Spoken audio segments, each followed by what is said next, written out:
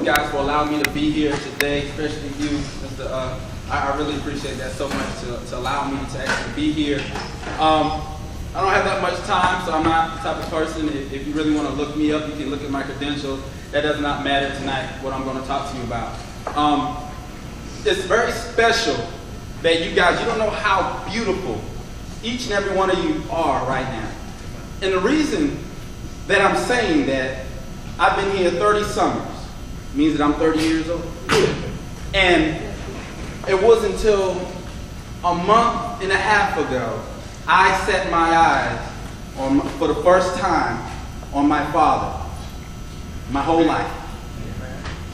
So, to be here tonight, because society would say that this does not happen, that we as men, we don't come together to rear our children.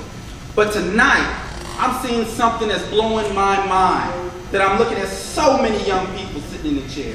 Some of you guys that's in the audience right now, I know you because you've been to a program that I've been through. And it's a blessing to be here, to experience this. So, and I also want to give thanks to this group over here. You know, when they said the gift on the program, I thought that literally was going to be given, someone's going to be given a gift. You know, a physical gift. But they gave a physical gift. So please give them another hand.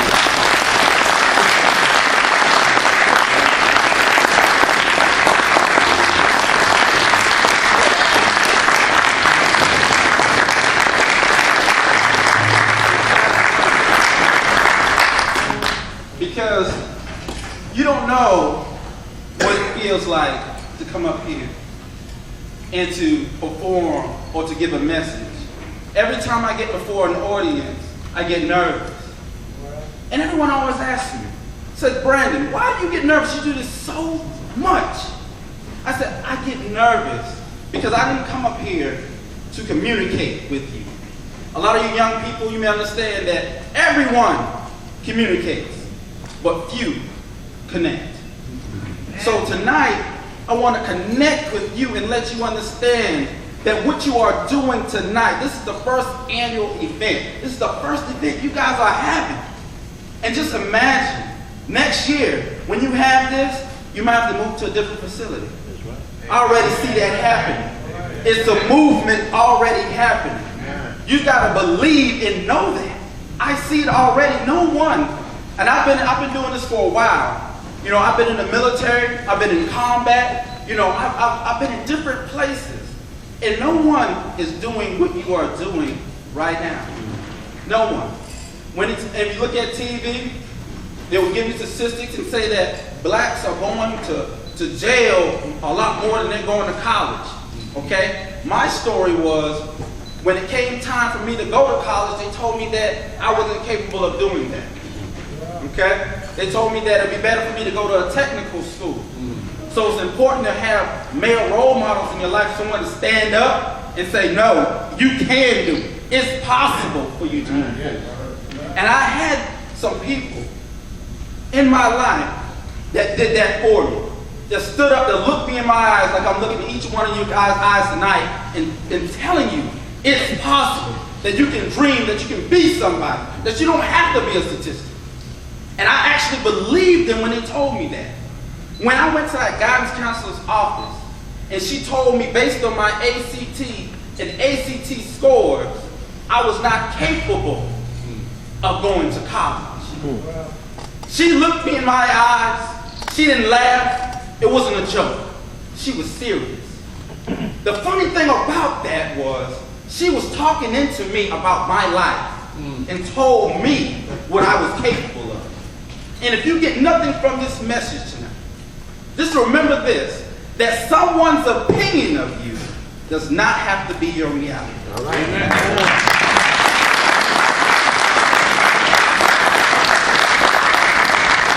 So I had an individual that stepped in my life and said, Brandon, you can do it.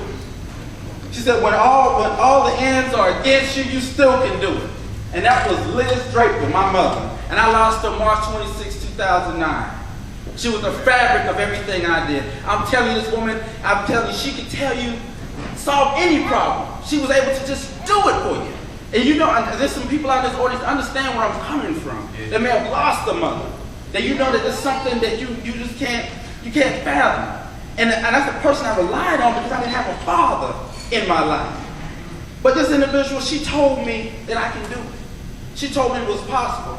So I, being who I was, thinking that I wasn't capable of doing it, and having someone to believe more in me than I believed in myself, she told me to submit your application. Where I submitted my application to Morehouse College.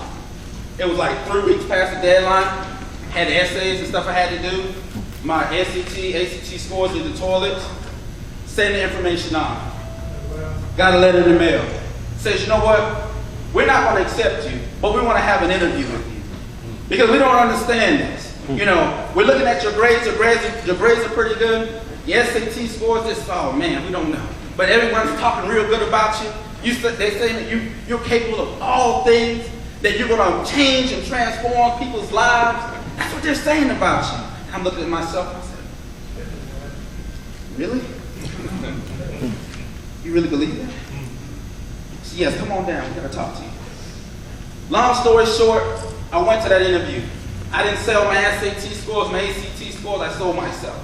I let them know what type of individual I was. I let them know what I was about.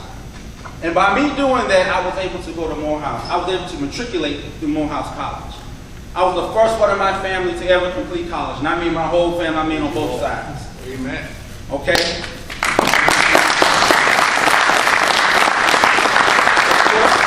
To wrap it up, currently I'm a motivational speaker, as I am before you right now. I'm also an author. I'm coming out with my book October 1st of this year.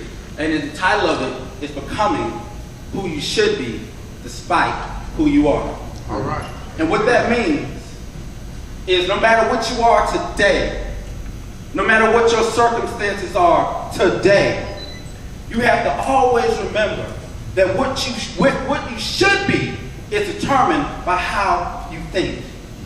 When all the odds were against me, when my situation looked bad, and it felt like I couldn't go anywhere else, it came a time that I had to have my mind, I had to have the faith to know that all things are possible through God. All things are possible, no matter what you're going against. I didn't know my father. I talked to him a little bit on the phone. I didn't know him. I did not know him. I did not have a relationship with him. Nothing. The only thing I knew is that he sent the check. That was it. And I'm not talking bad about my father, and I'm not saying anything to impress you, but I'm saying this to impress upon you the importance of having a relationship, of understanding the importance of that. Amen.